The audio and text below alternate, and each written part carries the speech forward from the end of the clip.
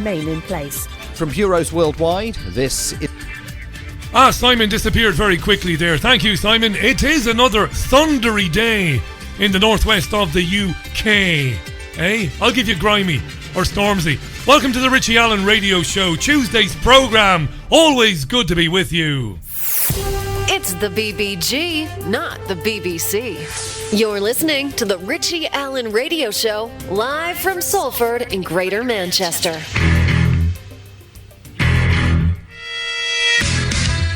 It's the Richie Allen Show, broadcasting live on richieallen.co.uk and multiple platforms around the world.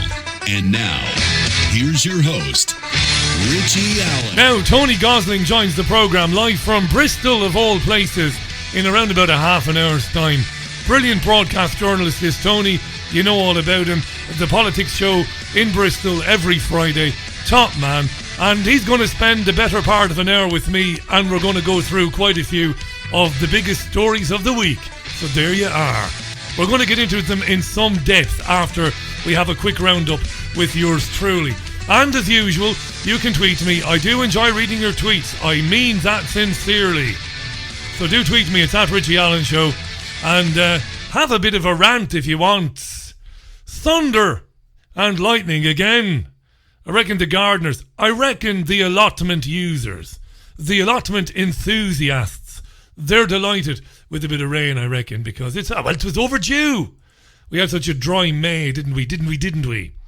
What do you reckon to that story in the news, the lead story, about dexamethasone? I'm familiar with dexamethasone, as is anybody else who's got asthma. It's a cheap steroid, and apparently it can cut by 1/3 the risk of dying for those on ventilators. Well, I can do better than that. There's not much that butter and whiskey won't cure. I can do better than that. Don't put anybody on a ventilator that has breathing difficulties but doesn't have any obstruction, that doesn't have any sputum or phlegm. Don't put them on a ventilator. Because all the evidence says that the ventilator might be doing more harm than good. So forget about the cheap steroid. Anyway, how are you? Now, about 1.3 million children in England will be able to continue to claim free school meal vouchers during the holidays. And that's largely thanks to a football player called Marcus Rashford, who plays for Manchester United. We talked about this yesterday. He's a brilliant footballer. And he seems to be a very nice man. I won't say young man because it's fairly patronising. He seems to be a proper decent chap. He grew up in Wythenshawe.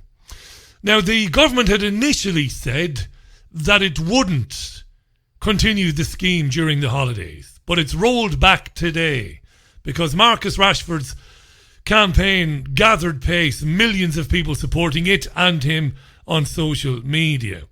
Lovely. So, well done. And what do I know about it? Not very much, but for me, it doesn't have the smell of other celebrity interventions. You know, the man comes across as totally genuine. As I said, he grew up in Wythenshawe. He had his mum was a single mum, raised a few children, and she's an angel by all accounts. And he saw how difficult things were for her. They barely made it. Money wasn't plentiful. So it's a cause that's pretty dear to his heart. Now, the Conservative Party MP Robert Halfon chairs the Education Select Committee, and he's been imploring his own party and the government to extend the scheme through the summer. Here he is with the BBC's Simon McCoy. He's obviously thrilled. Robert Halfon. Well, I was over the moon. I've been campaigning for this for some time now, sending out public letters. I said that I was going to vote with the Labour Party this morning, and I was really pleased that the government have changed their mind on this. And if I had the power to do so, I'd put Marcus Rashford in number 10 running policy, because he's steady on there now. I don't think we should rush to supplant Boris Johnson with Marcus Rashford, although, yeah, it's a bloody good idea, though. Pretty incredible guy. What is it, do you think, that was it the well-argued and the gentle way, in a way that he spoke about this, that really carried the day? I mean, how much credit does he have for this? Well, I think he has a huge amount of credit. He's an extraordinary individual. He didn't attack politicians. He's lived and breathed food hunger. He knows what he is talking about. He's actually donated and raised huge amounts for food charities. He's not one of these kind of virtue signaling celebrities who fly from Hollywood on a gas-guzzling first-class plane and then preach to us about protecting the environment. He's just a good man, and he spoke for millions. He captured the public admiration, and he's a hero of our time, and that's why he should be in number 10. I mean, Come on now. I mean, traditionally, a U-turn is a cause for a government to feel some embarrassment, but sometimes U-turns are done because a government simply changes its mind and should be applauded for doing so, or not? I think, whatever the reasons, people say it's a U-turn. The fact is the government have listened. Myself, my committee, some of my committee members, some other Conservative MPs, we were campaigning on this for... It's a very good news story. Let's leave that one there. It's a good news story, but obviously there are deeper issues here. We know that. We are the independent media. We look at it from an alternative point of view. Any country that has millions of children going to bed hungry in it is a failed state, of course. It's a shocking disgrace that a young man, dare I said it, young man, would donate lots of his own money, fair play to him, he doesn't want any credit for it, and would raise 20 million. It's shocking. First world country, kids not getting 3 squares a day. But we know why, don't we? So let's leave it there. Here's a story that was in this morning's Telegraph newspaper, and it's an important story. Oxford University has told students that they can apply for mitigating circumstances if their performance in exams was affected by the death of George Floyd. What kind of fuckery is this? That paper on colonial architecture and literature there, David. How are you getting on? Well, I've got to pass George Floyd. This is true, this. You couldn't make it up. File this one under, you couldn't make it up. Louise Richardson is Oxford's Vice-Chancellor. She said the university is determined to support our black students in every way possible. And she wrote a letter to them, co-signed by 35 of Oxford's principals. She said, we share your concerns about the traumatic effect of the brutality which killed George Floyd, which was a manifestation of institutionalised racism, says Oxford. Right? So they've basically said to students going to Oxford, if you're black, listen, don't worry about your exam results. Just play the I was traumatised by George Floyd's murder card and, we'll give you a pass. Yeah. Yeah. No need to do the dexamethasone story. We just did it, didn't we? The cheap and widely available steroid might save lives. I say don't put people on ventilators. That invasive thing. They can't breathe with this nasty respiratory infection, but they've not got any clogged up chest or clogged up lungs. They don't need the ventilator. They need lots of oxygen. Don't ventilate them. You don't need to give them a steroid, cheap or otherwise. But it's a huge story now. It's being led. The BBC and Sky are leading with it. Massive breakthrough and all of that. Somebody somewhere realised that there are warehouses full of dexamethasone. What are we going to do with all this shit? It expires in October. Mother of Jesus, we've got tons of it. I know, let's just make up a bullshit story that it works on COVID. That'll do me. On the virus, another big story in today's Telegraph. The 2-metre rule has no basis in science, say leading scientists, including Professors Carl Hennigan and Tom Jefferson from Oxford University. They said there is little evidence to support the restriction, and they said let's have an end to social distancing, let's have an end to formalised rules. So how did they reach their conclusion? Well, they looked at 172 studies which were cited in a review in the Lancet journal, and found that just 5 of them had dealt explicitly with coronavirus infection in relation to distance. Only one mentioned coming within 6 feet of a patient, and that paper showed proximity had no impact. So queuing outside shops, dodging each other, shouting at one another over aisle 7. You've been standing at the fucking cold meat for 10 minutes. Go away. I need to go there.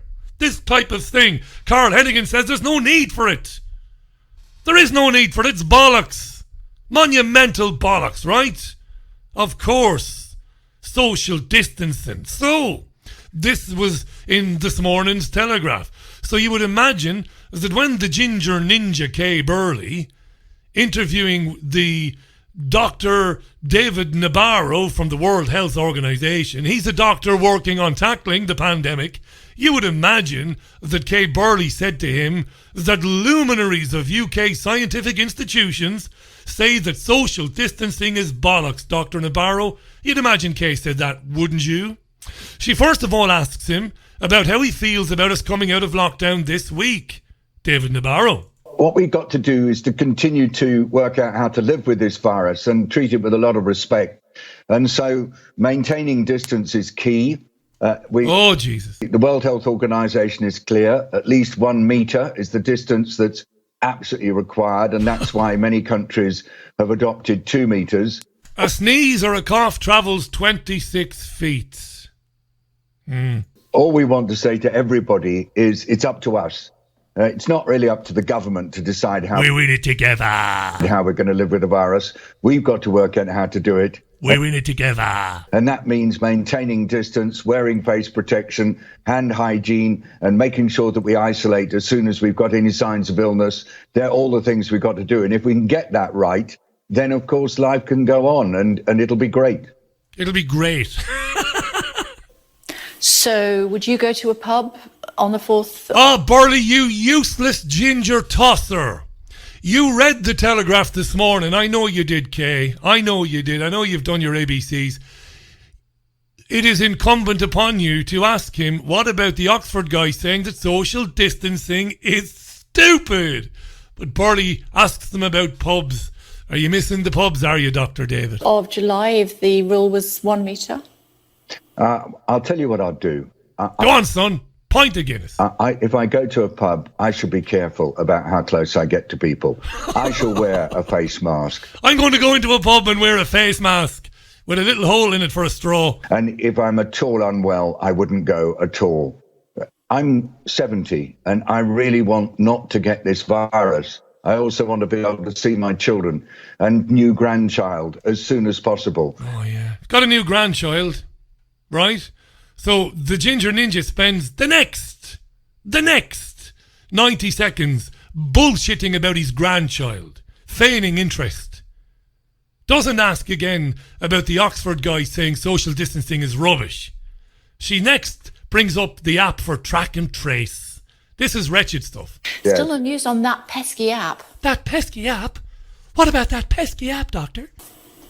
Well, the most important is really having the people who can do the tracing. And I did say last week how delighted I was that the system's up and running, but it needs to get really good and strong. And then we can know how the virus is spreading. We can also be actually making sure that everybody who's exposed is isolated. So message to Britain is please keep working on that test and trace system, and please keep making sure that it's very local and that everybody knows where the virus is. It'll make it so much easier for then making decisions about how we go about our lives.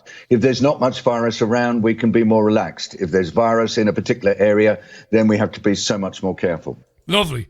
Now, okay, ask him about the guys in Oxford who said that social distancing is ridiculous.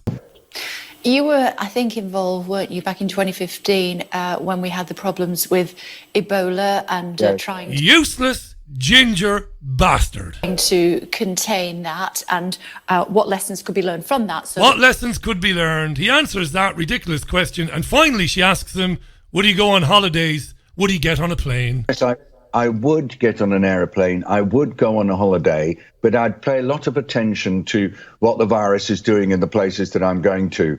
If I get the sense that there is a lot of virus around and it's not being properly managed, then I'd perhaps be really very careful when I... Yeah, this is disgusting, isn't it? It's disgusting. National newspapers are carrying stories which reveal that not just Hennigan and his mate at Oxford, but other very experienced academics, biologists, microbiologists and epidemiologists are saying the lockdown is ridiculous and social distancing is a joke. But the media acts as a barrier between that information and the general public. All the public must never learn that the majority opinion now, the majority opinion in academia is that the lockdown is ridiculous. Rubbish. Later this week, Sky and the BBC news channels will begin running news features, which is a wonderful term, meaning no news at all really, but rather an exercise in programming you and me. And these new news features are on racism, and specifically how racist the United Kingdom is. I was listening to some of these programmes, promos, earlier on, and in one of the promos, we heard from a black policewoman in the Midlands. Her name is DCI Karen Geddes. Now, I don't know anything about Karen. Might be a very good policewoman, might be a very nice person, but she was discussing recent events and protests. So, black DCI Karen Geddes discussing the recent events, George Floyd and the protests. Feast your ears. When I heard about George Floyd and I saw the video, it hurts. As a black person, that hurt. And then have to put this on, this is a heavy jacket, but it feels heavier at the moment. That's the pain of seeing yet another black man killed by a fellow officer in the United States. Fellow officer? I went to a protest in Wolverhampton and I tried to kneel for 8 minutes 46 seconds and I couldn't. She couldn't kneel for 8 minutes and 46 seconds. They should immediately, her superiors should send her for a fitness test, right? But anyway. And it hurts to be able to have to go to work and to sort of represent an organisation that did something like that to one of my community. But ultimately, the way I see it, somebody needs to be inside the organisation to stop that happening. What was that again? It hurts to be able to have to go to work and to sort of represent an organisation that did something like that to one of my community. It hurts to go to work. It hurts to go to work to represent an organisation that did that to one of my community. But you're not representing the Minneapolis Police Department, surely? I don't understand this. Be able to have to go to work and to sort of represent an organisation that did something like that to one of my community. Oh. What kind of fuckery are you? I mean, give me a break. It's a lunatic asylum we live in, isn't it? What do you mean your community? Isn't everybody your community? You're a DCI in the Midlands. Aren't you there for everybody, regardless of what you look like or your ethnicity? And what's this representing? The jacket feels heavier now because of what my organisation did in the United States. It's got nothing to do with you. It's the United States, love.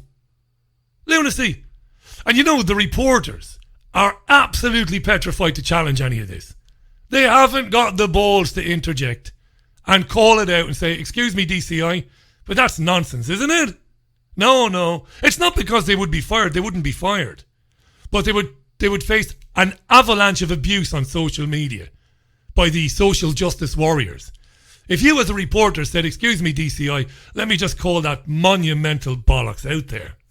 Because it is. You would be destroyed on social media. Mad.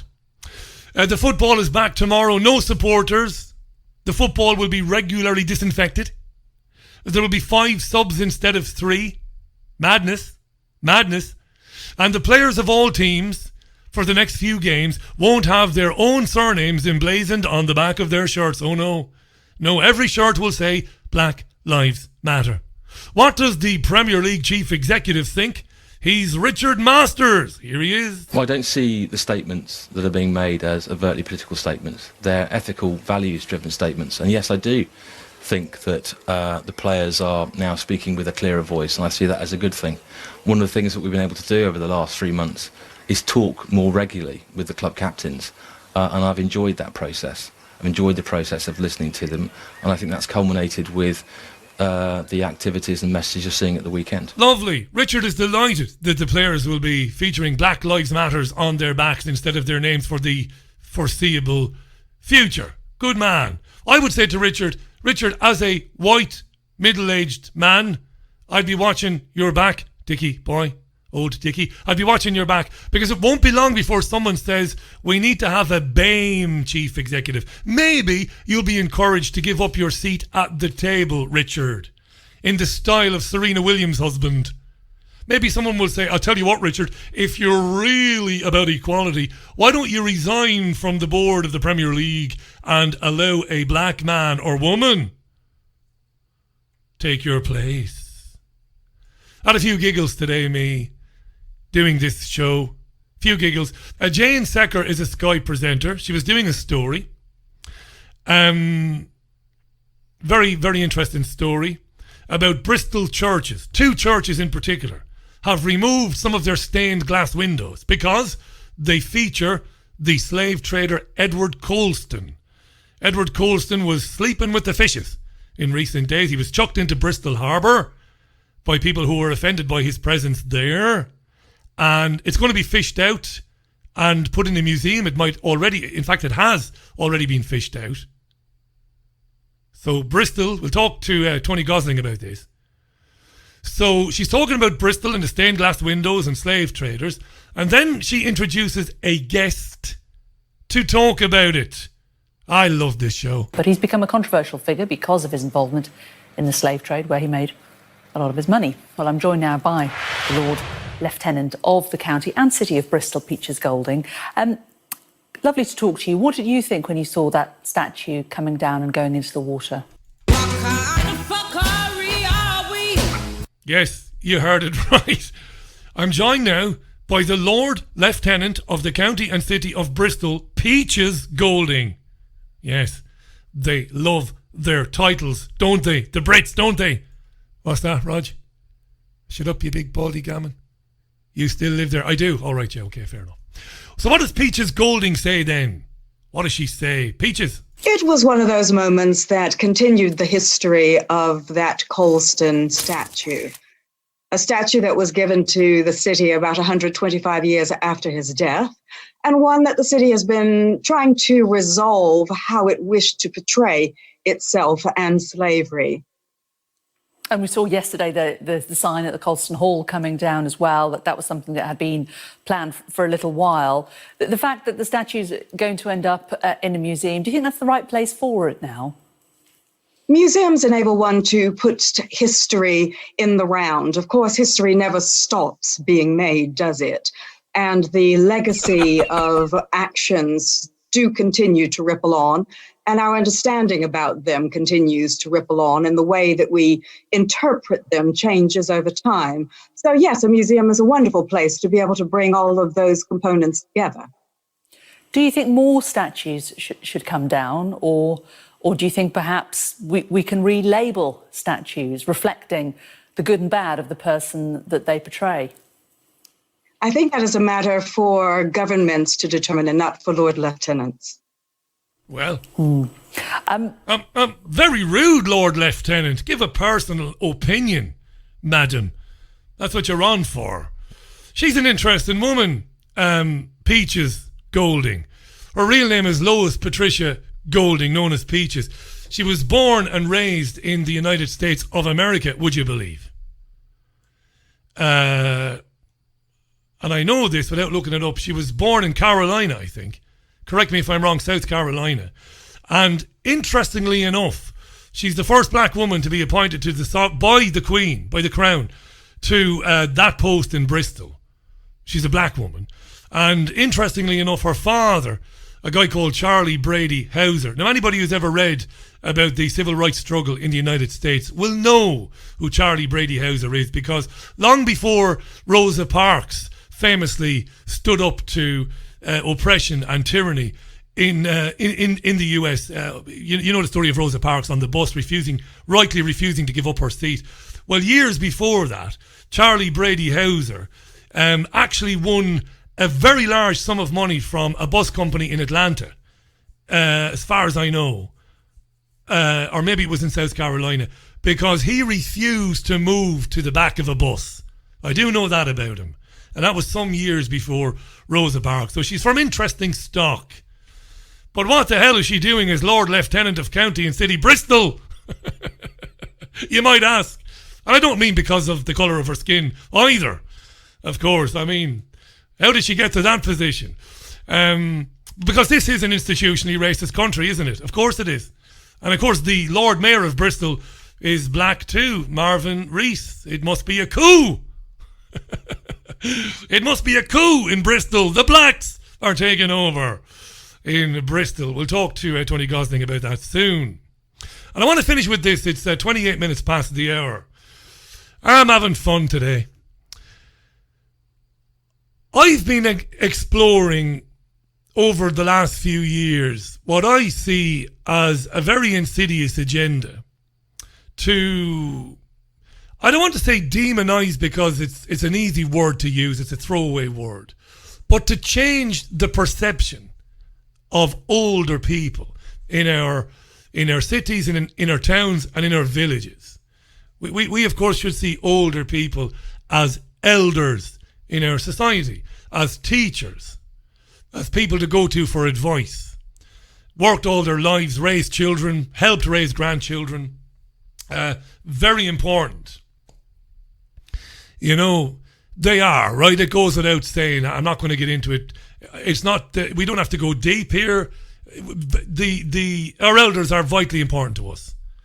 And I've felt over the years there's been an agenda to take them down in the eyes of everybody else. To go after them in different ways. You know, to put blame on them. Despite the fact they've worked all their lives and paid into the system and basically satisfied their end of the bargain, the deal they made with their governments. We'll work, we'll pay taxes, we'll be looked after when we get old. But they're being demonised. And I got a bit of audio from BBC Radio 5 Live yesterday. I was going to play it yesterday, but I didn't have time, but I'm playing it today. And this is how disgusting the BBC has sunk. All the talk in recent days has been about job losses, has been about taxes inevitably going to rise in the next few years to pay for the billions borrowed to cover the furlough scheme, to cover COVID, all of that nonsense. Right, billions. It's a recession that most people couldn't even imagine. And Emma Barnett presents for BBC Radio 5 Live, I think most weekdays. Typical BBC presenter, not up to much. Dreadful. She's speaking to Kenneth Clarke, who's the former Conservative Party Chancellor of the Exchequer. In fact, Clarke has had several posts in the cabinet over the years. Used to be the father of the house, he's retired now.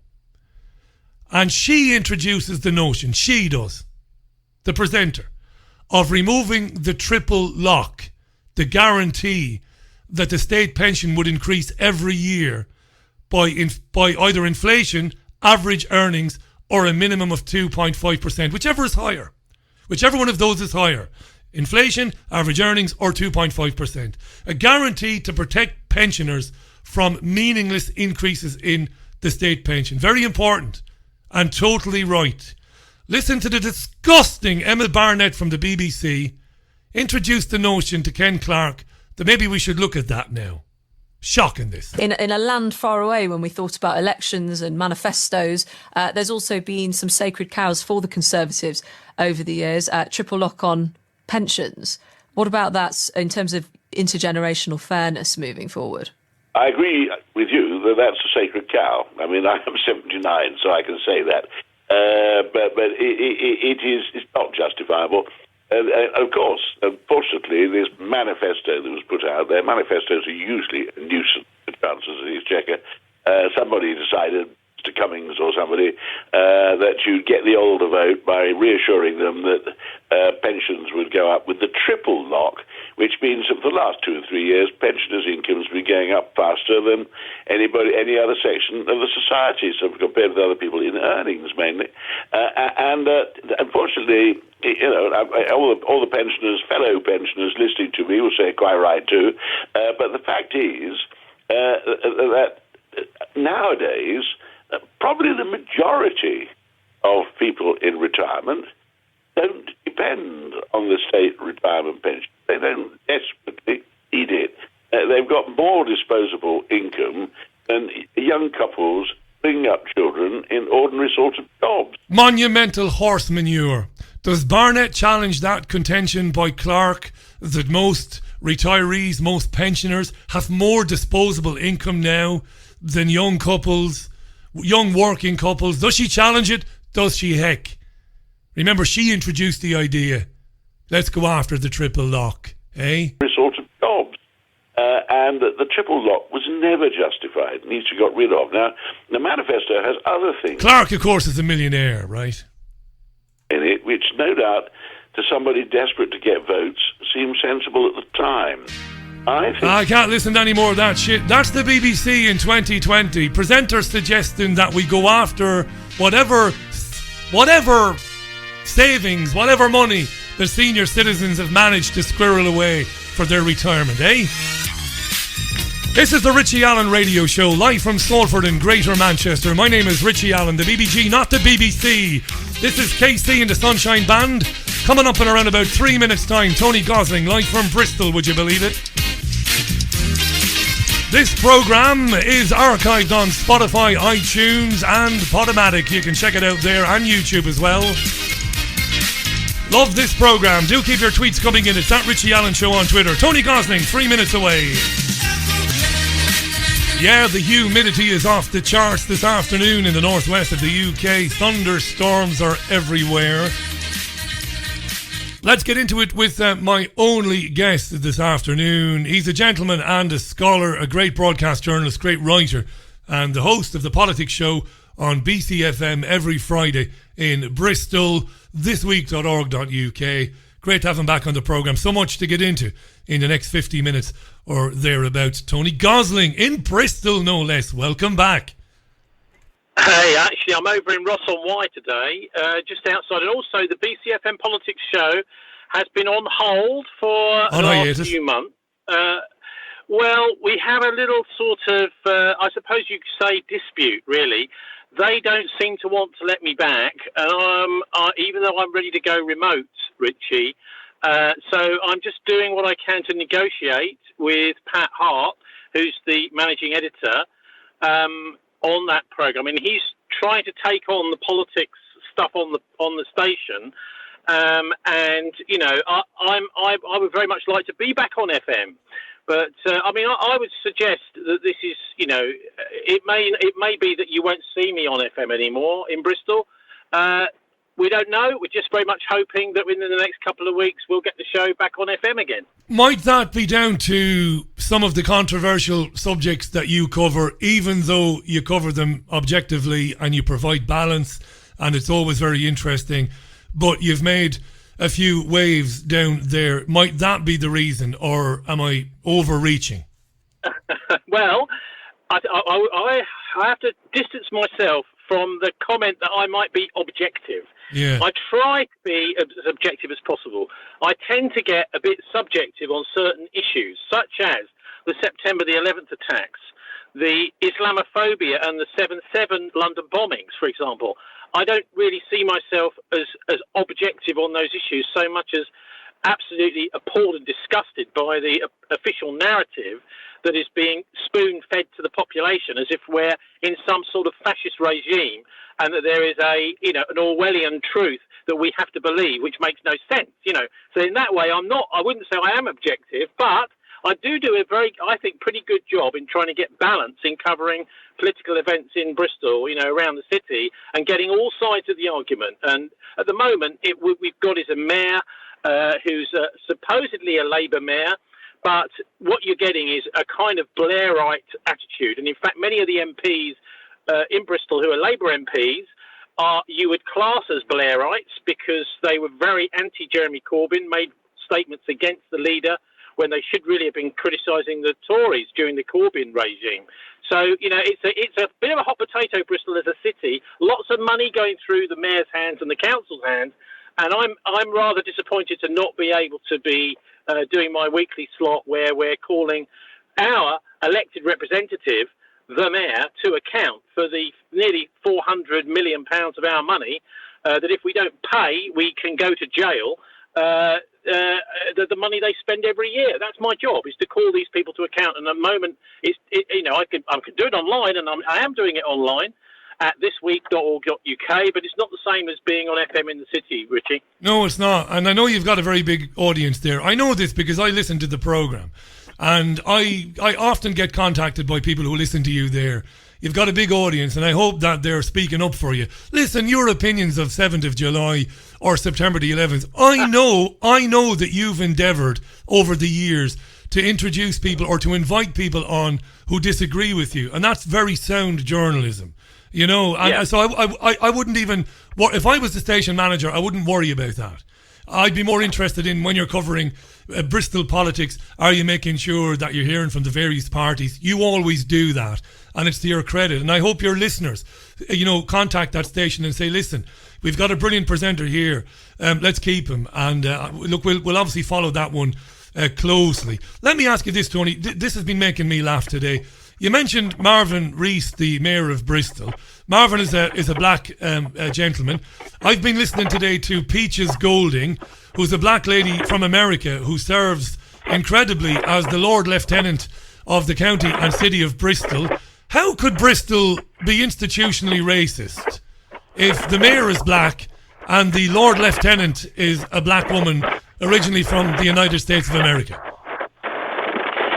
Well, I mean, I guess they would say that that you don't get the proper sort of representation amongst, say, for example, council officers and council to reflect the ethnic diversity in the city, and they're absolutely right to point that out.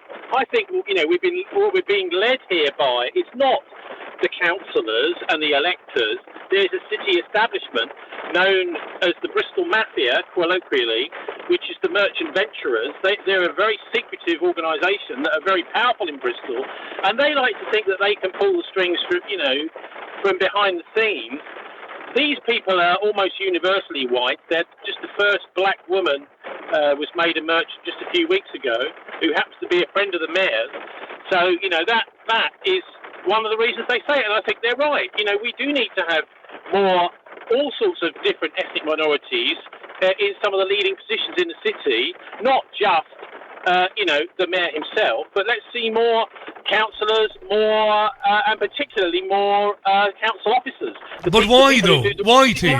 I just want to point out the noise in the background is rain. I know the rain is beating down all over the country. It's starting to rain, yeah. It's starting to rain. We can hear the rain there, but don't worry about that. Why should we have more representation? You're talking about positive discrimination, Tony, which I can't bear.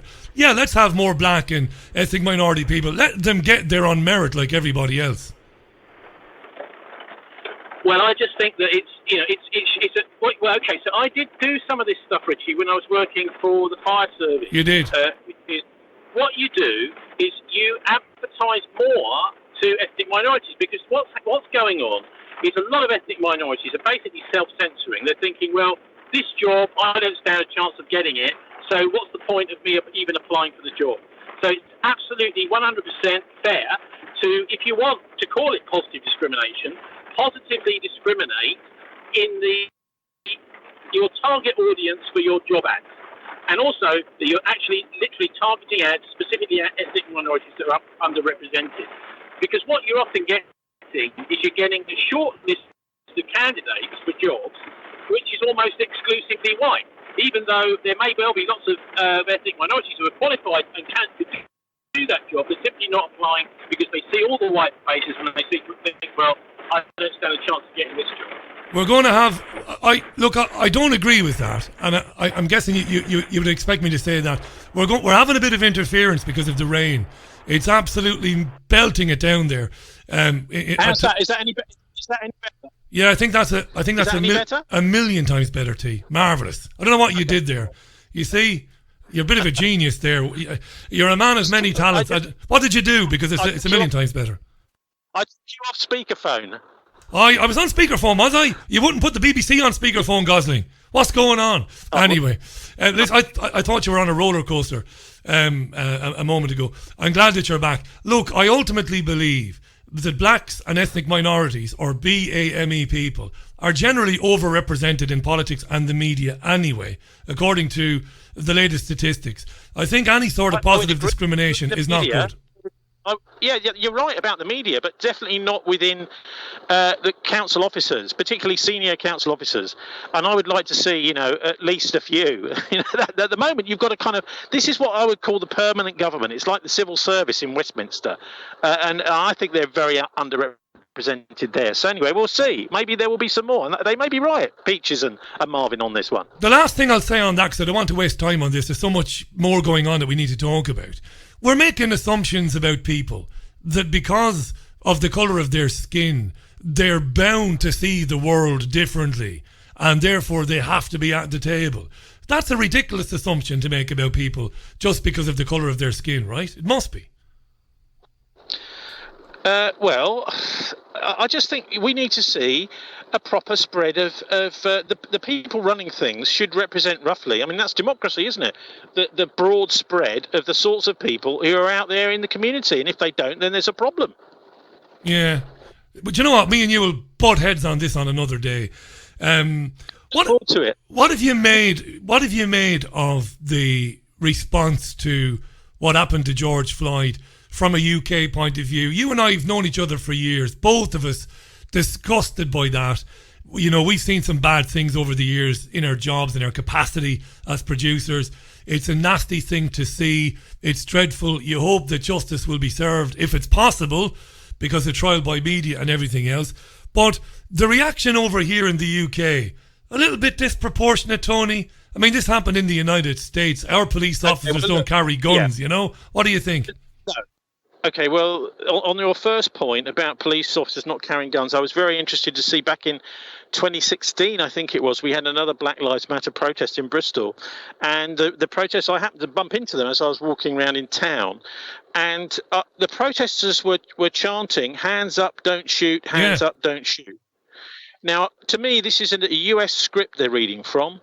It's not a British chant. I mean, you're not really in that sort of situation with the armed police in Bristol. Yes, there may be discrimination, and I absolutely give them every right to have their protests, of course. But it looks to me as if this is a US script. Now, this starts to look, doesn't it, as if the Black Lives Matter campaign is not a genuine grassroots campaign like many of the anti-apartheid campaigns were in the 1980s that I remember, that people were not funded to do it. They did it in their spare time with their own money. What's happening with Black Lives Matter is it's clearly being foundation funded. These big foundations like Open Society Foundation, George Soros's foundation, and amazingly the Ford Foundation, and there are one or two other big foundations of funding Black Lives Matter. Is there hard evidence, Steve? Tony, sorry to interrupt you. Is there hard evidence that Soros's Open Society foundations have put money in? I'm asking that not because I'm scared of any reprisals, but the answer is yes. Is there real it's evidence? Out there. I mean, I was looking this up quite diligently about a week or so ago, and those two foundations, definitely Ford Foundation and Open Society Foundation, have put millions into Black Lives Matter. Now, whether that goes to Britain exactly or the States, or whether it comes to Britain from the US, I don't know. But the point here is he who pays the piper calls the tune. As soon as you start to get an organisation which is funded to the tune of millions of dollars or pounds by one of these foundations, they will not give that money to leaders that they don't like. So they will be basically involved in choosing the leaders of that campaign, and that it can compromise the campaign. So look, for example, the Black Lives Matter group in Bristol decides that Henry Ford, who was pro-Nazi during the war, in fact Hitler said he wanted Ford to be one of his leaders in the United States, a coup against the American government in the 1930s. Henry Ford, he has statues, so maybe the Bristol group of Black Lives Matter might decide we want to go and pull his statue down. Now, does that mean that they won't be funded by the Ford Foundation anymore? Yeah. This is the sort of question I think, needs to be asked, and I've seen that once or twice, people pulling people up on this. When you start to get big organisations that are funded like that, they are potentially compromised. So the other thing is this a real totally legitimate and balanced anti-racist group? So is it going to go for Israel and Palestine?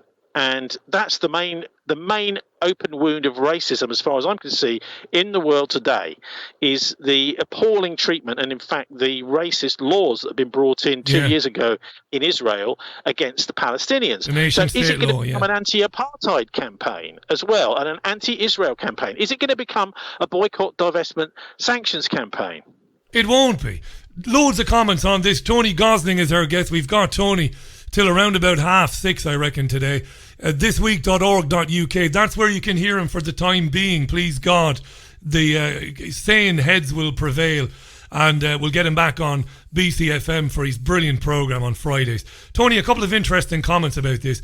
While I'm getting these comments up, and I do want to read them out, Tucker Carlson has said, I know that he winds a lot of people up, and he winds me up as well, but he's better than Bill O'Reilly, God love him. And Carlson says he thinks Black Lives Matter is going to become the biggest political party in the United States. And I think he said, I hope I'm not misquoting him, that look no further than Black Lives Matter for the 2024 presidential winner. What do you think? Well, I mean, I am surprised that they aren't putting forward a candidate for this presidential election, because Joe Biden is so hopeless. It almost looks as if Trump is going to get in again on another bye, because we had Hillary Clinton against him last time, who was also appalling. Yeah. So it looks like the Democratic Party is in its little suicide plane, heading to hit the ground anytime soon. So they seem to be committing suicide, but by the appalling leaders that they're choosing. Biden, by the way, if he does get in, it would be an absolute miracle, and Trump will really have to fall flat on his face. I think, for example, Trump is someone who can think on his feet. I think he'll do quite well in the presidential debates. I think Biden will be hopeless. So I don't understand why Black Lives Matter wouldn't, in the next couple of months, literally put forward their own candidate. They would almost certainly be a shoe-in because there's such disillusion in the left and the Democratic Party with Biden. He's obviously corrupt. You look at what's happened with Hunter Biden and this whole business in Ukraine, where, if people, I don't know how much people know about that, but Hunter Biden basically got the national prosecutor in Ukraine sacked. He did indeed. Because of basically for the oil company, the Ukrainian oil company he was working for, and Joe Biden was involved in all of that. So the idea that you are going around the world sending your son into a country in order to basically make loads of money, extract the oil, loads of profits, and if anyone in that country tries to do anything about it, in other words, to bring you before a judge and say what you're doing is illegal, that you get the chief prosecutor of the country out of his job and pushed out. I think this happens actually quite a lot, Richie. It does, across the world. It's just there. It's been absolutely thrown into very, very, very clear relief for everyone to see if they can be bothered. Loads of comments. Let me read a couple of comments. When I look at the US presidency, just very briefly, you look at Hillary, the devil incarnate. You look at Clinton, Satan's third cousin, twice removed. You look at baby Bush, basically Forrest Gump. His daddy was the guy who carried out the Kennedy assassination. It's just a joke. Let me read, in my opinion, a couple of comments. John says, Tony is miles off on positive discrimination. Get into him, Richie. I don't get into Tony. Tony's too clever. We've known each other years. Kelly says, there's no room. This is Kelly in Cork, the rebel county. There is no room for working class people in politics, regardless of colour. I agree with Kelly. And Faisal says, the measures suggested by Tony aren't bad at all, but we've seen that ethnic minorities are no more immune to corruption than anybody else and will make little to no difference, says Faisal. Just a few comments on what we were discussing earlier on, which triggered a few. Hey, Tony, what do you reckon to this? It was in the Telegraph this morning. I nearly choked on me cornflakes when I read that Oxford University will allow young black men and women, they will give them a pass in the exams if they say that they were triggered by the murder of George Floyd. What's going on, Tony? This is madness. That is totally and utterly ridiculous. Isn't it? This is okay. So just imagine, right? If we had a genuine, I mentioned earlier on the anti-apartheid, a genuine anti-racism, anti-apartheid campaign. What about a genuine anti-poverty campaign that could unite black and white together? I just think that this almost seems designed to bring the far right out onto the streets and And the idea, of course, Black Lives Matter. Yes, of course. But I think, there's certainly lots of people in the black community who have said, actually, what we want is an anti-poverty campaign, but that's not what there is. So, it seems to me that it's very difficult for more grassroots campaigns to spring up when you've got such a strong Black Lives Matter campaign. The other thing, by the way, is when they had the big demonstration in Bristol where they tore the statue down, Edward Colston, which I've been campaigning on for the last 10 years to get rid of that. Where are you, T? Get in there. I can't believe it. This is brilliant. Why didn't you campaign to change the plaque to tell us who the bastard really was? I cannot believe that one of my best mates in the media, Gosling, was campaigning to have the statue taken down. Come on, T. We could have just changed the plaque. I was. Look, the guy, mainly because he symbolises everything that is wicked and pernicious about the past establishment and the present establishment in the city. This guy is being held up. In fact, what's happening now is you've got the Colston School, Colston Girls' School. You've got the idea that this bloke who was a slave trader should be in charge of Colston Hall, which is a big music venue. That he should be the guy who oversees our culture, when actually he was an absolutely horrific slave trader. Yeah. He gave money to great Christian causes apparently, but he wouldn't give any money to the Baptists or the Quakers or the Nonconformists. This was all the Masonic Church of England he was donating to. I mean, this is the sort of guy he was, and it's absolutely right, I think, that they did what they did to the statue. Yes, you can change the plaque, and we were campaigning for that. One of the things I did, Richie, in 2014, was I sneaked into the cathedral because the Merchant Venturers, which is this it's basically a company which is formed under a royal charter. So we've no idea, although we've been doing a bit of research into where its massive amounts of money, which was made in the slave trade, is invested today. It's mostly invested in private utilities, actually, which of course, is part of the whole privatisation, the gas, electricity, water, these sorts of things. And I went into the cathedral, which had been booked by the Merchant Venturers for their annual Charter Day service. And what they do is they bring all these school kids into the cathedral, and it's all a totally private event. No one else is allowed in, but I managed to sneak in and record the sermon by the Bishop Mike, in 2014. And in that sermon, he was telling these school children that any connection between Edward Colston and the slave trade was just pure speculation. Right?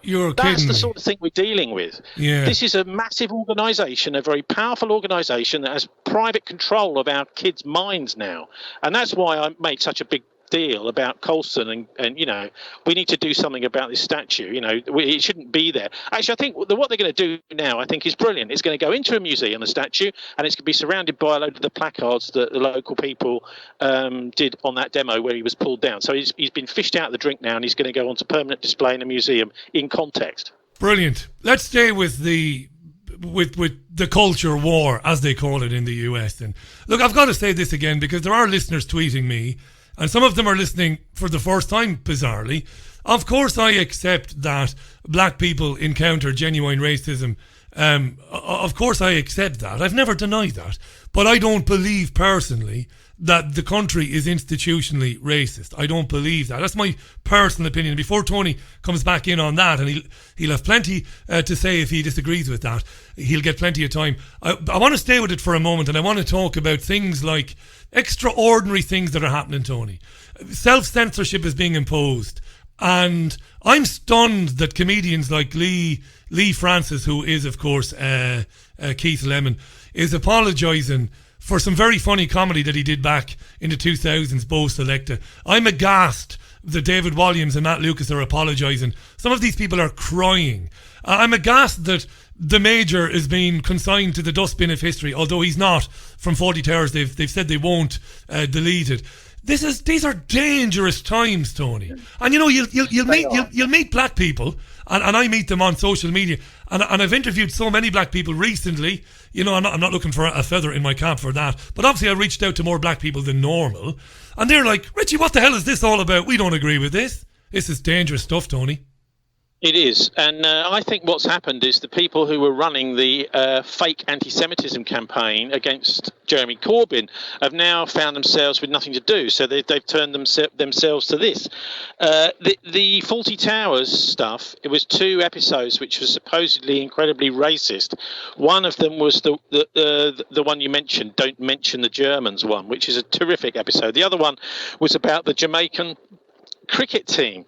Now, look, the idea is, if you cannot satirise racists, then what is the point of picking up your pen to write anything? Yeah. If you can't satirise politicians, if you can't satirise people who really desperately need to be poked in the eye by writers and by our culture, and actually satire is a fantastic release. We see far, far, far less of it, don't we, nowadays? I mean, whatever happened to things like Not the 9 o'clock news? I know that was a long time ago, but every week, they used to lay into all of the pompous idiots that we would see pontificating about face masks or whatever it was they're doing nowadays.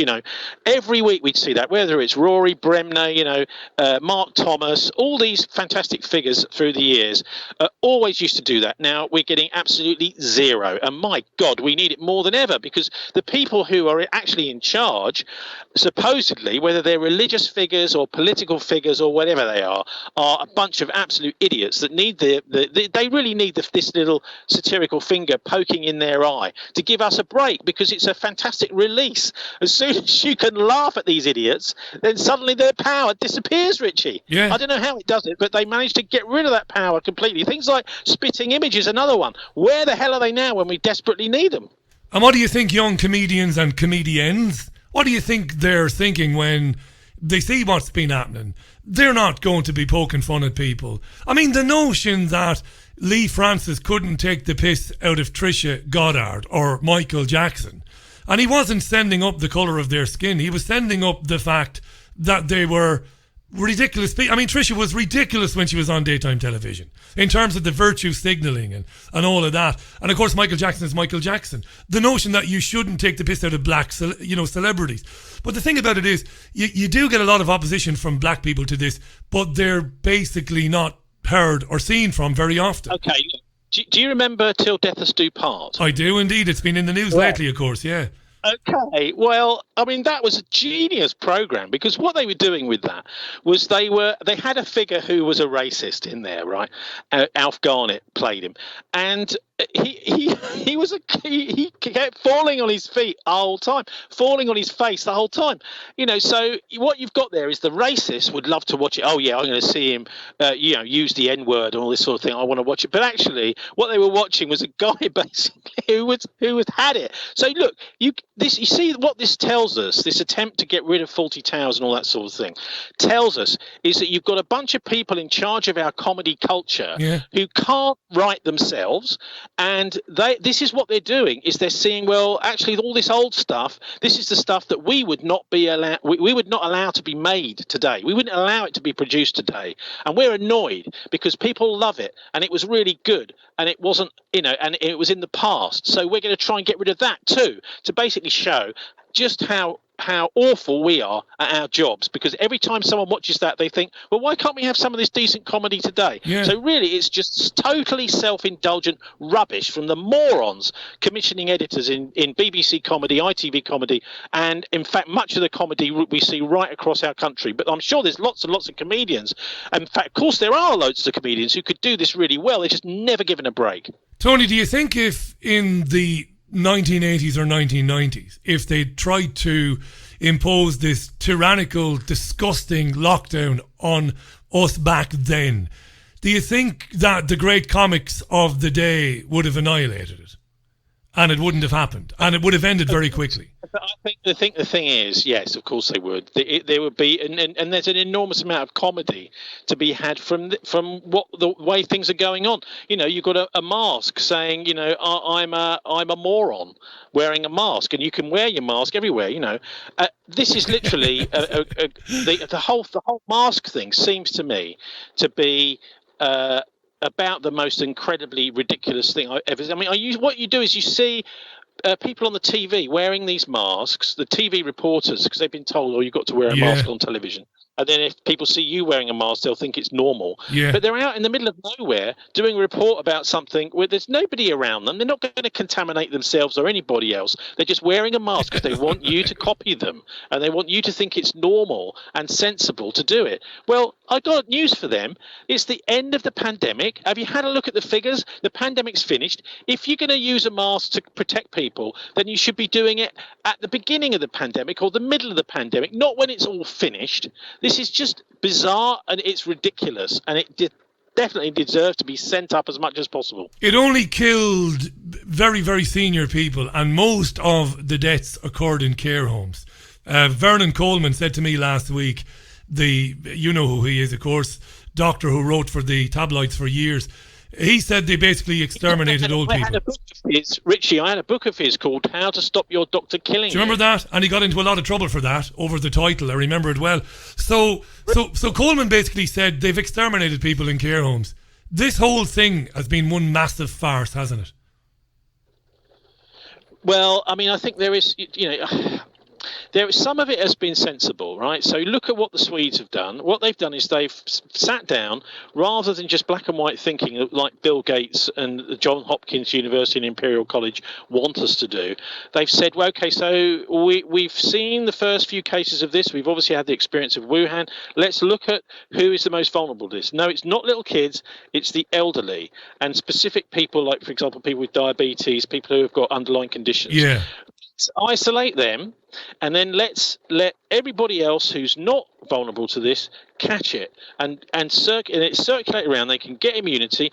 What they can do is they can take vitamin C, they can take D, and they can take zinc, and those things will help their immune system, so they'll get over it really quickly and build up antibodies quickly, and it will hardly touch them. Yeah. And that's the sensible approach, it seems to me, so that when you have the pandemic pretty much finished, so most people in the country have had it, then you can open up again, and the virus isn't circulating because most of the people in the country have had it and have got antibodies, and they can't catch it again. So this is one of the things that makes me so suspicious about this, Richie, is the way they had this horrible pernicious thing. Oh, well, you might catch it twice, you could catch it 3 times. This is a lie. This is just a lie. Why are they lying like that? Why are they telling these lies? Lie. Well, to increase the fear factor. This whole thing has been about fear. The actual number of people who've died of COVID-19 only, I was looking at the figures the other day, supplied to me from, it was NHS figures, which hadn't been put into an NHS graph. So somebody sat down who's good at graphs and put them into a graph, because no one had actually bothered to do it. Johns Hopkins University certainly hadn't. Bill Gates certainly hadn't. Was that there were the actual number of people who in the UK who died of COVID-19 only, right? Have you seen these figures? I have. About Go on. 300 a month. Now, this is not a pandemic. In fact, if you remember right at the very beginning of the pandemic, the NHS reduced the threat level of this. They did back in March. That's right. Virus. They downgraded it. Yeah. They downgraded. It's Project Fear. And in fact, there are a lot of people out there who really are scared crazy by this. And this is one of the things I think, the mental health situation of a lot of people has been they've been tipped over. Let me ask you a question, T. Let me ask you the $64 million question. Tony Gosling is our guest, by the way. Go to thisweek.org.uk. Great broadcaster, great friend of mine going back many years to my days in Spain when he was very generous with his time and still is. Thanks for staying with me, Tony. $64 million question then. Has the virus, because I believe the virus is genuine, this respiratory infection, I think Vernon Coleman has nailed it. Has the virus become... I had it. I think I can tell you it is genuine. Nasty, and I think I had it myself very early in the year. Do you think the virus is the excuse then for these draconian, basically measures that have been introduced, this whole new normal idea? Is that the excuse? Because I think that might be what's going on, and that's just tyranny. That's terrifying. What do you think? That is one $64,000 question. Okay, but my own $64,000 question is it man-made or not? But anyway, look, I'll answer yours. Yes, of course. I think it's quite obvious to me that there's an international program here to make sure that no one is allowed to go back to normal until they've had a vaccine. The whole vaccine thing, suddenly everything has become clear. Why was Andrew Wakefield targeted? I was looking at the science. I was looking at what he was saying. The papers were not reporting what he was saying. They were lying about what he was saying. And it seemed quite obvious to me that the regulation of vaccines had been taken over by Big Pharma, by the companies that are making vaccines. So how on earth can you trust the government to regulate these vaccines when these regulatory bodies are taken over, what they call regulatory capture, by the industry itself? Now, this is an incredibly powerful industry. Anyway, so the whole vaccine agenda, whether they actually come up with something for this, hang on a minute, is that ever going to really happen? But they're basically saying you will have to have this ID 2020, some sort of vaccination passport. Then once you've had the vaccination, then you don't have to wear a face mask on the bus. Then you don't have to wear a face mask in the pub. Then you don't have to wear a face mask if you're sitting in a hospital waiting room. And do you know what? This dawned on me when I was over in New Zealand, actually, because I was chatting to some people over there who said, people in hospitals in New Zealand a couple of years ago, they said, if you don't have the flu jab, you've got to wear a mask. Now, there was a lot of hoo-ha. This is nurses and doctors and porters in hospitals had to all have the flu vaccine, or they had to wear a mask. Well, to begin with, there was some resistance, but eventually they were, they have the flu vaccine, and they all had the flu vaccine, so they didn't have to wear a mask. So that's what they're translating that to the whole population. But get this, Dolores Carhill, I don't know if you've come across her. Yeah, of course, Tipperary woman, yeah. Brilliant. Absolutely amazing woman. Anyway, she was talking about the entire situation she's a real expert in all of this. And one of the things she said was she pointed out this thing called vaccine interference, or is it virus interference? I forget. But I can send you a link afterwards to the report. It's a US Army report which says that these fit 20-year-old soldiers suddenly got hit with the common cold went around their unit, and there were something like half of them got really sick for a week, and they could hardly move. They were in bed with the cold, and they were thinking, what the hell's this? And this unit realised that these were all soldiers who'd been immunised with the flu vaccine previously, right? Not the cold. So this is a coronavirus. The common cold is a coronavirus. So this is one of the things that she's pointed out, is that, hang on a minute, if you have a flu vaccine, it might mean that you are more likely to die of the coronavirus. So this is an official US Army medical report that she's quoting. It's not some tin pot load of rubbish. And there are other reports of this too. So my question then, from the obvious question that comes from that is, we know many people in British hospitals have to get the flu virus, or they're told have a flu virus every year. So could it be that the reason that we've seen so many cases of really, people dying who are medical workers in Britain is simply because they had a flu vaccine, and they've had this thing, whatever it's called, which is called vaccine or virus interference, which means basically they have this cytokine storm, right? Which means your body is fighting this virus inside. It's nothing to do with pneumonia in your lungs. You're just not getting enough oxygen into your body.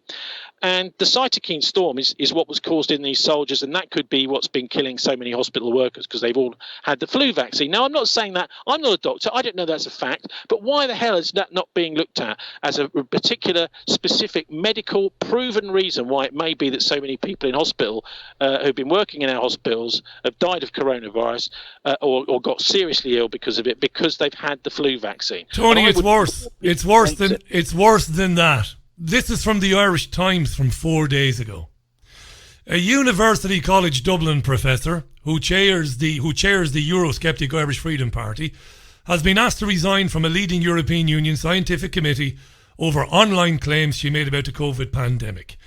In an hour-long interview with a popular alt-right activist, which has received hundreds of thousands of views, Professor Dolores Cahill promised to debunk the narrative of the pandemic. So what the Irish Times, which is the Irish newspaper of record, has done, it has reported on the fact that she's in deep water now because she's questioned the pandemic, but it has neglected to inform its readership just what the qualifications of Dolores Cahill are in fact. And of course, she's qualified up to the gills to talk about pandemics as a full professor at the UCD School of Medicine, clinical biomarkers, science and medicine.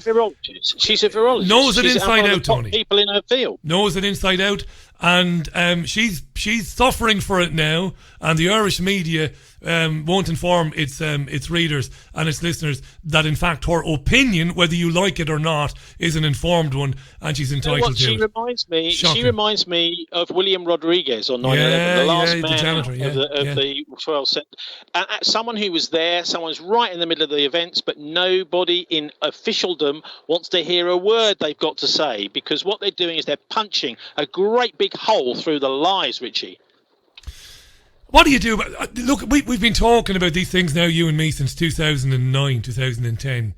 What can you do about it? There's Dolores Cahill. After she did that interview in Ireland, I reached out to her and I said, come on with me. And I got nothing back. And I know she was aware of the request, and I don't blame her, because they went in on her straight away. And obviously this programme has a reputation. This programme has been in the national media. And she's going to be punished for it, and maybe the university, maybe UCD in Dublin, maybe UCD might divest itself of Professor Dolores Cahill. Maybe they'll ease her out the bloody door. What do we do, Tony? I mean, this is shocking stuff, you know? Well, okay, so first of all, we're doing it now, which is to publicise what's happening, the way that people who tell the truth are smashed to pieces with sledgehammers. Well, she's not been yet. She's obviously fighting back. You know, but this is one of the reasons they do this, Richie, is to send a very clear message out to other epidemiologists. If you speak out, this is what happens to you. It's a bit like the sort of punishment killings the Nazis used to do in occupied Europe, you know, where if say, for example, some partisans blow up a jeep, then the whole village is executed, or people are executed as an example. This is if you want, a punishment character assassination. So the idea is somebody is taken as an example and scapegoated, and so everybody else in the profession looks at that and they think, oh God, if I speak out. And that's maybe what be why she hasn't been on back to you, Richie, because she's nervous. No doubt, yeah. She's been basically targeted and bullied. Even though she's the person we need to hear the most, she apparently is the one person we're not going to hear from, and she's being stripped of her credentials in a similar way to the wonderful Andrew Wakefield was. Yeah. I mean, you and I know it's never about your programme, it's never about my programme, and I never talk about my programme when I'm speaking with a guest. But we've got a very, very large listenership. And these anti-racism groups came out earlier in the year and said, oh, the Richie Allen Show has got 6% recognition in the overall community. I think that's bullshit anyway. But, you know, people shouldn't be talking to the Richie Allen Show. And I've actually had emails from people, nice people, academics in the UK, and I know this has happened to you as well. And they've come back to me and said, Richie, if you don't mind, I'll decline coming on your programme because, you know, I've been advised by, you know, the Jewish Chronicle, or I've been advised by such and such a person that it could be very harmful for me, with you being, you know, kind of right of centre. And I've gotten back to them and said, do you even know who I effing am? Right of centre. Hugo Chavez is my hero. Salvador Allende. I couldn't be any more left of centre if I wanted to be. And it's a tragedy, and I don't take it personally, of course. I totally understand these people. They've got mouths to feed. They've got husbands and wives to look after.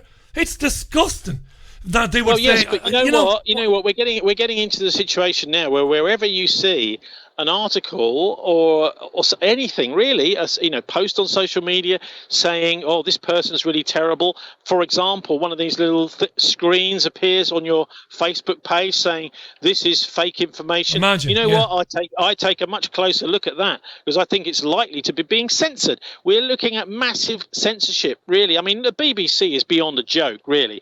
I mean, you know, they've got this series on at the moment, this drama series, which is like watching paint dry. About the Skripals. I watched about 10 seconds of it last night, and I was literally nearly falling asleep as I switched the TV off. You know, it was appalling. I thought, no, I don't. I've got things to do. I don't want to fall asleep. this program is just what they've done is they've created this fiction of what happened, and this whole thing of these guys coming over and these people being poisoned by this terribly deadly nerve agent, Novichok. and and it's all been masterminded by Putin himself and all this sort of thing. Anyway. They've created this narrative, and now they've dramatized their lies into some sort of drama, very much like the Flight 93 thing that happened on the 9/11, where the idea is you make up the lies and people aren't really believing them, so you have to do a film all about what really happened. Well, look, I mean, this is absolutely ridiculous that these two guys came over on their own to do this job. First of all, if it's a nerve agent, those two, Julia and Sergei, would be dead, and possibly anyone within about 100 yards range of them would be dead. Secondly, it's right next to Porton Down, which is the British Biological Chemical Weapons Research Centre, which, by the way, murdered soldiers who thought they were going to be tested for the common cold and then were gassed to death with sarin nerve gas by Porton Down. So you've got them literally 10 minutes drive from the middle of Salisbury. There's just so much to do with that which doesn't make sense. If you're going to have an assassination, a hit job, a hit like that by a professional country like Russia, you have whole squads of people. You'd have safe houses. The people who actually did the nerve gas attack, they would not be travelling on the train. They'd be in hired cars. They'd be staying in safe houses. They personally wouldn't be hiring the cars. There'd be a whole nother squad who would hire the cars for them. This is all really obvious stuff, and there's a couple of really good articles which I'm quite happy to send you the links to afterwards, which explain how ridiculous this story is. And that's, I think, why trying to make a drama about it, which is going to grip the public on a Monday, Tuesday night on BBC television, is an almost impossible job. And the soullessness of the drama says it all, Richie. I look back to that incident in Salisbury, and you know all about the area, and your coverage of it was brilliant. I mean, your coverage of it was almost comical in terms of, I was laughing out loud listening to you talk about it, because it's so farcical, it's so easy to pull apart. And I was very sad at the same time, because I thought, well, whatever is going on, whether it's an agenda or an elite, whether it's secret societies, and you know all about the secret societies. No, it's not. It's something called Operation Beluga, which is an official CIA MI6 operation to smear and discredit Russia and Putin. Yeah. And this is what it's called. It's the intelligence services doing everything they can to create this hatred of Russia. In fact, when you sit and watch ordinary news bulletins, every now and again it's another Russia hate bulletin. And my wife and I laugh at the television, another Russian hate story. Oh, God, not another one. What are they doing this time? And it's some sort of puny, silly issue. They've got to get one in at least once a week, another Russian story. Yeah. Well, the Russians are really nasty and dangerous, and the idea is to just build up this kind of wall of hatred between the British and the Russians. And actually, I think most of the watching, viewing public see straight through this stuff. They think, well, hang on, is Russia really that bad? But I suppose the other thing is that the propaganda works by repetition. They keep repeating the same That's lies what I would argue. about Russia is evil. Russia is evil. Yeah. Listen, Vladimir Putin has got about something like 20-30% more than half the people in Russia think he's great. Now, if we had one politician, Richie, who, 2/3 of the population thought they were great, I think it would be a miracle in Britain and Ireland. Absolutely right. And what I was going to say to you was, in terms of me being sad about it, I was sad because I couldn't believe that people swallowed it. And they did. And you just said there about the repetition. They did, Tony, and they're the same people who've swallowed the social distancing. We see them in supermarkets fighting. This is no joke. I've seen it myself. I saw it today in a big supermarket in Salford. I saw people getting angry at one another and muttering at one another because they want to get to a certain shelf and somebody's in their way. And I despair of people. I really do, Well, don't despair. Don't despair, right? Hang on, I'm here to cheer you up. Go on, T. Because Quite a lot of the. I mean, I've been into some of the shops the last couple of days just to see what it's like. Not necessarily to buy anything, but just to wander into a shop for the first time. And a lot of the staff are they've got this actually lovely British attitude, which is a little bit resentful of all of this, right? And I had a little joke with one of the ladies, and I said, "Well, it's this. Everyone's wearing these face masks, a bit like China, isn't it?" And she tittered, and so I said, "Well, isn't that a totalitarian country? I think it is, isn't it?" So we had a little laugh together, and this sort of thing, I think, is the way we do things. We put up with it, but actually in the back of our minds, particularly older people, I think, are having none of it, Richie. They're going along with it, but they're not necessarily believers in it. If you want, the faith of Bill Gates has got a lot of running to do if it wants to push the rest of us out of the way. Brilliant. We're going to finish on this. We've got about 4. We'll do 4 more minutes. 5. I'm going to give you the final word. I'm so delighted. I want to say hi to Craig Moffat. How you doing, Craig? I know Craig is a big fan of the Politics Show, and your good self, Tony. But I love Craig today. I was going to say this earlier on, but me and you have had so many arguments about the royal family over the years, I just decided not to say it. But now I can use Craig. Craig says, seeing as Tony is on the Let's Take Down the Edward Colston statue, let's take down all royal family related statues, as historically they have benefited more than most from colonialism, and they're still raking in the benefits. Get in there, Craig. Tony Gosling, final word to you. Well, okay, look, I think some of the royals have been fine, actually. Charles I, okay, it's a long time ago, but, I've been doing a lot of work on the Civil War at the moment, and he basically tried to stop people being evicted during the enclosures during his reign in the 1620s and 30s, and he was getting all the people who were throwing people out of their houses around Britain, mainly in the Midlands, through enclosure, and making them, the idea was to get this massive workforce to start working in factories and things like that. Charles I stopped them. So he's okay. Now, look, listen, most of the royals are annoying. I have no problem really with the Queen. I find Prince Charles particularly irritating, especially now he's decided he's going to be in charge of the world reset at Davos next year. Now, this is, he's definitely not like the Queen, standing back from things and trying to be apolitical. He is definitely weighing in there. He wants to be a world leader. Yeah. So let's see what Charles makes of that, because I don't think, it could be he would be very unsuccessful if he takes over from the Queen, as it looks as if he may be doing in April 2021. There's rumours that the Queen is going to step down when she reaches 95, like Philip did. And at that point, if Charles tries to take over, I think he's going to be in all sorts of trouble because of Diana. This is something that is going to be a running sore for him if he decides he wants to be running Britain. Everyone's going to be talking about Diana again. Well, that was a brilliant and very neat way of sidestepping the great point made by Craig Moffat. Well done. You should be a politician yourself. They're a shower of bastards. They're not all the royals. And they're German bastards to make it worse. They're not as bad as each other. Some of them are far worse than others.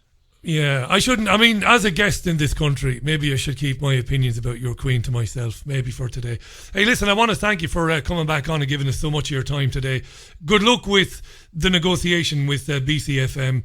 If there's any decency or any, I would say any, I don't want to say justice, but listen, Richie, it's a brilliant show, mate. Yeah, by much bigger networks than I know that, but look, the wonderful thing about that is you've done such a brilliant job there for the last few years. It's been outstanding, and it's 12 years now. It's a long time now. We've been doing that. And this week, one of the things we'll be looking at is this thing in North Korea. Did you see this just today? I know, it's they blew up the Inter-Korean Liaison Building. Now, it's just in North Korea. And this is where the North and South Korean people can, the diplomats can get and have a quick chat, even though they're supposed to be still at war. Today, the North Koreans blew the place to pieces, right? Now, this to me is very clear. This is a signal from China to the West. If you want a war, we're up for ready it. for it, yeah. Look, we'll leave that for another day, right? Thanks for coming back on today. You can still hear Tony. Go to thisweek.org.uk for all the details. And where you can, please support guys like him. There aren't many guys like Tony Gosling in the UK or anywhere else. Enjoy the rest of your Tuesday, mate. Thanks for it's a blast today. Make sure there's something special, a surprise for the listeners every week on there, and you can listen live. It's on the the People's Republic of Stokes Croft radio web server, so you can listen live from 5 till 7 on Friday, and then the podcast is usually up about 7:30 afterwards. Thanks for doing it, mate. Cheers, Tony. Bye for now. The brilliant Tony Gosling, live on the line to us, not from Bristol today. Where did he say he was, Tony? I can't remember. Earlier on, before all of the rain there. Listen, thanks for listening today. It's a 90-minute show today. I'm out of here.